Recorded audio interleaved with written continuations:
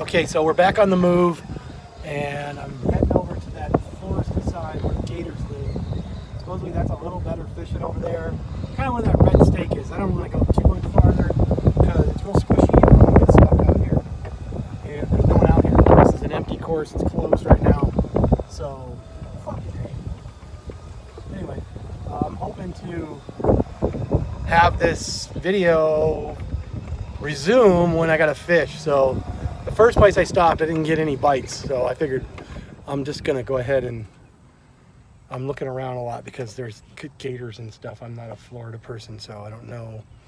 I don't have alligator instincts, just alligator arms when it comes to getting the check. Ha ha. Anyway, later.